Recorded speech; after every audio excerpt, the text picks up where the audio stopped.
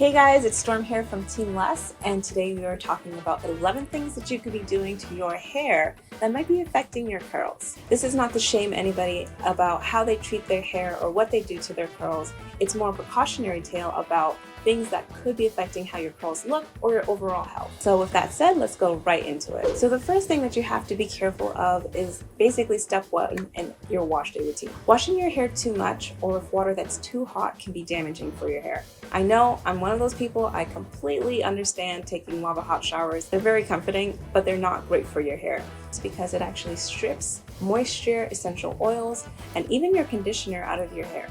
Instead, opt for rinsing out in cold water.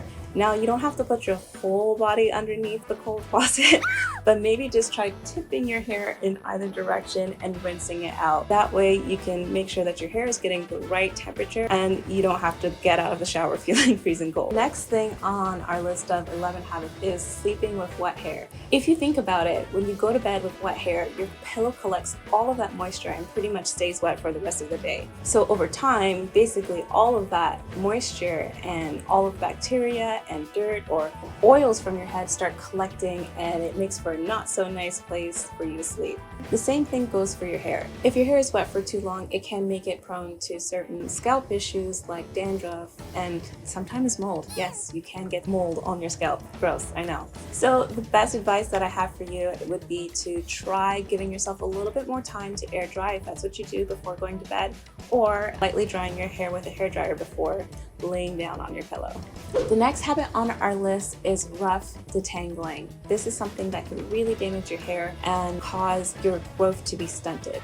If you're wondering where all of your split ends are coming from, it could be that you're being too rough with your hair. Be sure to start from the bottom of your hair and work your way up. If you are trying to start from the top, not only going to hurt yourself, you're going to snap the hairs that get caught into your comb. Snap, snap. Also, try doing it while your hair is still wet and while you have conditioner in your hair to help loosen up the curls and loosen up all of those tangles and make it really easy for your comb to just glide through.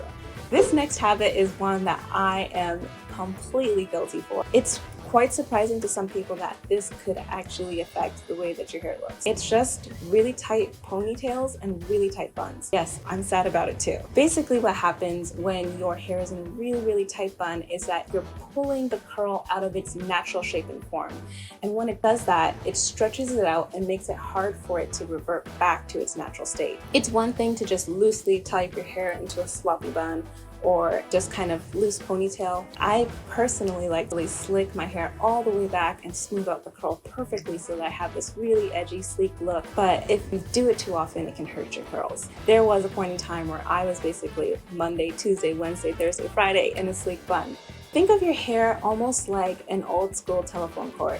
For those of you who remember what that looks like, curls have its own unique shape and a bit of what we like to call a memory. So every time you move them or manipulate them, they kind of go right back into their natural shape. But have you ever seen what happens to a cord or a telephone cord when you're too rough a bit or you stretch it out too much? All of these things damage the cord and make it harder for it to have a complete curl revolution all the way down. So you notice that certain parts of the cord will be stretched out and not curly, and others will be. Basically the same thing that happens to your hair when you start stretching it out or smoothing it out too often.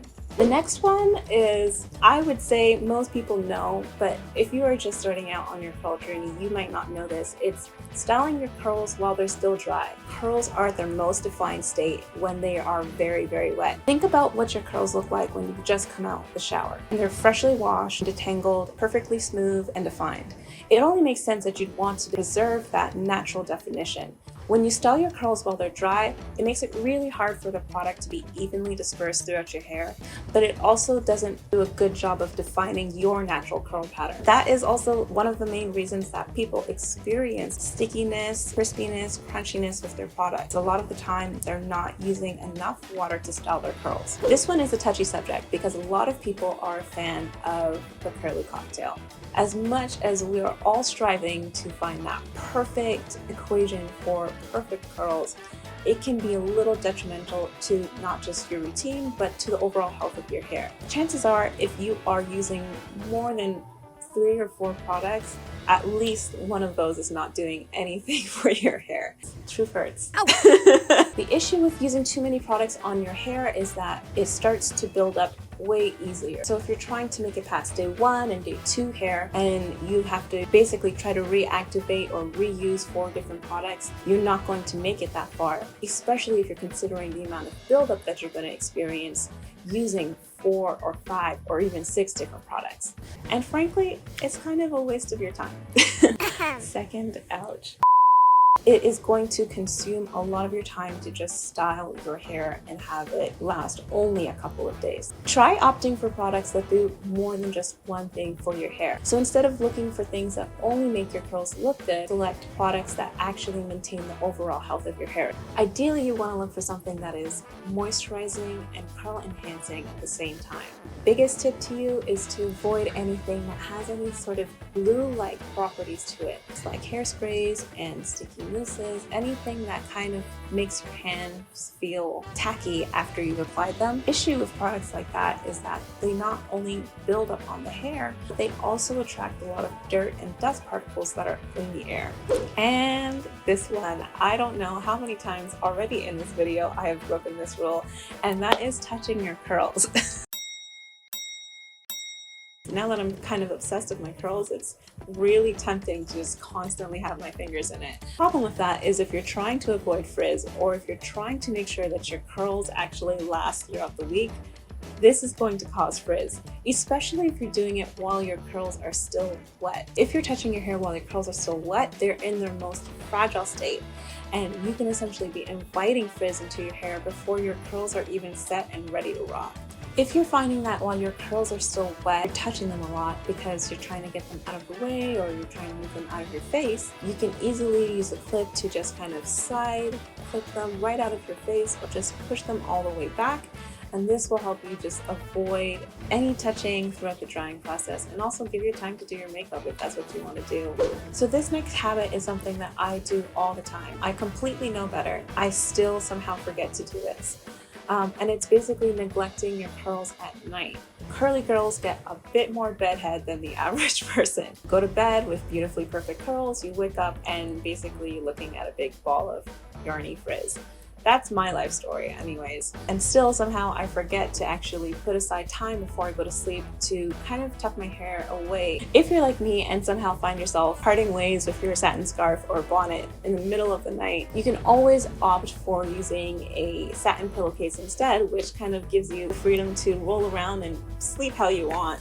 This next habit is one thing that most people do either intentionally or they actually have no idea, and that's ignoring damage in your hair. A lot of the time we know when our hair is damaged. Sometimes it's obvious. We've either spent a lot of time straightening it, we might have put a lot of color into it, any type of thing that has really changed the health of our hair. Sometimes we know this and we still continue to layer on more damaging habits on top of that. If you're looking at your hair and you can see that it's dry, it's brittle, or you've got existing damage from either heat or color, please do not continue to do the thing that you know is causing damage to your hair. It will definitely hurt your hair or your curls in the long run. You're guilty of all of them.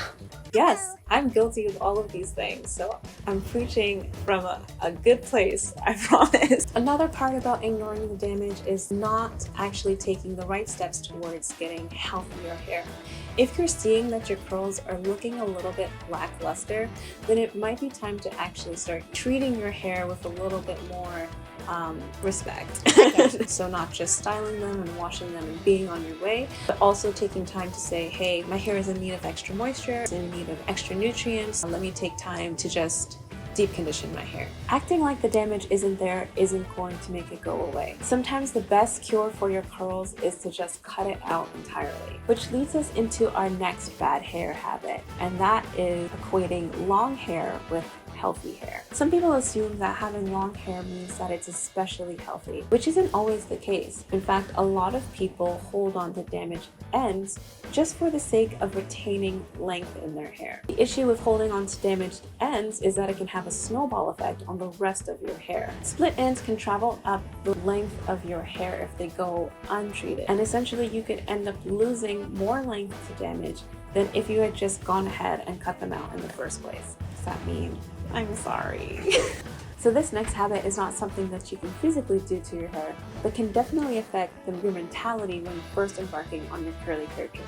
And that is Karl Pearson, or pairing your curls to other people's. It's very rare that you'll find two people with the exact same curl type, exact same amount of frizz, exact same amount of moisture or dryness or shine. There's so many different variables that make your curls unique. It's completely normal to have photos that are inspiring and can help you along your curl journey. It's really important to not slip into a mode of wishing that your hair was different from what it is. Out of all of these 11 habits, this has to be the worst one. Your length, your color, your curl pattern, your texture, all of these are things that deserve to be celebrated, which is why we're here. We're here to help you love your curls and love yourself.